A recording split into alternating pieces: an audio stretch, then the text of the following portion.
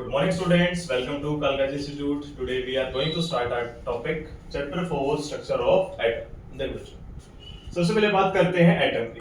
Atom is the indivisible particle. मतलब कि कोई भी आप सब्सटेंस दो, जैसे मान लो कि एक पेपर का पीस है, उसका बेटा जो फाइनेस्ट पार्टिकल है, मतलब कि जितना भी सबसे ज्यादा छोटा पार्टिकल कर सकते हो, एक ऐसी स्टेज आ जाएगी जब आप उसको क्या करोगे और फर्दर ब्रेक डाउन नहीं कर पाओगे. उसको बोलते हैं बेटा क्या आपका एटम. ठीक है. अब यहाँ पे हमें क्या है, वैसे तो काफी मॉडल्स हैं, लेकिन मेनली हमें इसके बारे में पढ़ना है Bohr's model of an atom. बेटा एक साइंटिस्ट थे जिनका नाम था नील्स बोर. उन्होंने क्या बताया कि ये जो एटम है, इसमें क्या होता है बेटा, जो एटम है उसका जो न्यूक्लियस है, इस न्यूक्लियस के अंदर क्या होता है आपका, बेसिकली इसके न्यूट्रॉन्स और प्रोटॉन्स, दो चीजें होती हैं एक न्यूक्लियस के अंदर. और इसके बाहर क्या होता है बेटा, जो एटम है, एटम के बाहर क्या होता है बेटा, शेल्स होते हैं. और इन शेल्स के अंदर क्या होता है आपका, जो इलेक्ट्रॉन्स है वो क्या होते हैं, रिवॉल्व करते हैं. मेनली जैसे इनके बारे में बात करें तो बेटा के एल एम और फर्दर अगर लेके आए तो क्या होगा बेटा आपका एन. ठीक है. मेनली इस तरह से क्या होता है, सेल्स डिस्ट्रीब्यूशन होती है कि कोई भी आपका जैसे कि एटम है तो एटम के मिडल में क्या होगा, उसका न्यूक्लियस होगा. और न्यूक्लियस के यहाँ पे जैसे राउंड है आपका, जैसे सर्कल है आपके, इनके बेसिक ये जो शेल्स है इनमें क्या होता है आपके एल एम एन, ये क्या होते हैं आपके शेल्स, और इनके अंदर क्या होंगे आपके इलेक्ट्रॉन्स. ठीक है. अब देखो बेटा, अब यहाँ से हमें जो मेन कंसेप्ट पढ़ना है कि finding the number of electrons, protons and neutrons in the atom. आपको कोई भी क्या करेगा, एक एटम का एग्जांपल दे देगा. जैसे मान लो कि सोडियम पार्टिकल है आपका, सोडियम एक एटम लिया गया है, तो उस सोडियम एटम में कितने नंबर ऑफ क्या है आपके इलेक्ट्रॉन्स हैं, प्रोटॉन्स हैं और न्यूट्रॉन्स हैं. ठीक है.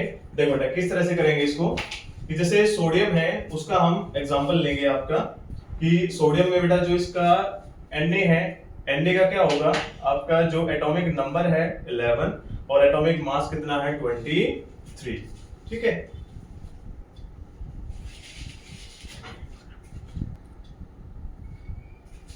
देखो बेटा, अब यहां से हमें क्या करना है, जैसे एक एग्जांपल लेते हैं सोडियम का. सोडियम का सिंबल है Na, एटॉमिक नंबर होता है बेटा 11 और एटॉमिक मास कितना होता है 23.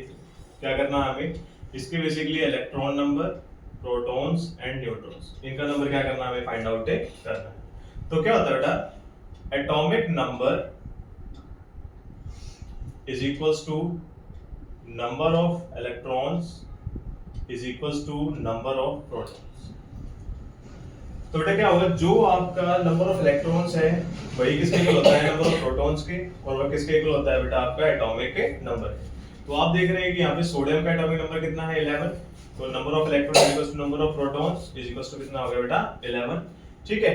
अब यहाँ पे नेक्स्ट है आपका, ये तो हुआ इसका क्या एटॉमिक नंबर. नेक्स्ट आता है जिसके बेसिस पे हम क्या करेंगे, इलेक्ट्रॉन और प्रोटॉन का वैल्यू फाइंड आउट कर सकते हैं. अब देखो बेटा एटॉमिक मास,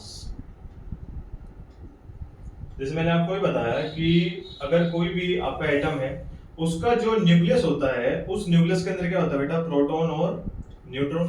तो देखा जाए तो जो आपका एटॉमिक मास है वो बेसिकली किससे बना है, प्रोटॉन से और न्यूट्रॉन से. तो atomic mass is equals to number of protons plus number of neutrons. ठीक है. आपको एमसीक्यू के लिए बताएंगे बेटा कि इतना सारा प्रोसेस ना करके डायरेक्ट आपका जल्दी से इसका आंसर लेके आएंगे हम. ठीक है, बताएंगे आपको. देखो तो एटॉमिक मास बेटा इसका कितना 23. नंबर ऑफ प्रोटॉन्स है कितना, नंबर ऑफ प्रोटॉन्स के बारे में बात करेंगे तो प्रोटॉन्स कितना होता है बेटा, इलेक्ट्रॉन और प्रोटॉन का नंबर सेम है, तो कितना है आपका 11 प्लस न्यूट्रॉन की वैल्यू यहां से क्या होगी, तो न्यूट्रॉन निकालना बेटा ये क्या 11 इस तरफ आएगा, तो 23 minus 11, so number of neutrons is equal to कितना आएगा बेटा 12. ठीक है. इतना ज्यादा डिटेल में नहीं करना है. अगर आपको एमसीक्यू में पूछता है तो सीधा आपको क्या बेटा, सोडियम के बारे में पता है, सोडियम का एटॉमिक नंबर होता है 11 और एटॉमिक मास कितना होता है बेटा 23. तो जो इसका एटॉमिक नंबर है, electron is equals to proton is equals to कितना होगा बेटा 11, और अगर न्यूट्रॉन निकालना है तो डायरेक्ट आप इसको इसमें से माइनस करो, तो कितना आएगा बेटा 12. ठीक है. इस बेसिस पे ये अगर आपको डिटेल में शो करना है तो ये प्रोसेस शो करके दिखाना पड़ेगा. वहीं पे अगर एमसीक्यू में आपको सिर्फ number of electron proton find out करने हैं तो क्या होगा, आप इस वैल्यू को यूज कर सकते हो. आज थोड़ा ये जो आवाजें आ रही है बेटा, हमारा कैमरामैन थोड़ी तबीयत खराब है उसकी, तो जिसकी वजह से ऐसा हो रहा है, बार बार खांस रहा है वो. ठीक है, अगर कोई प्रॉब्लम हो तो आप इसको कमेंट में बता सकते हैं कि भाई कोई भी क्वेश्चन है, कोई भी इशू है तो आप बता सकते हैं। Okay, thank you.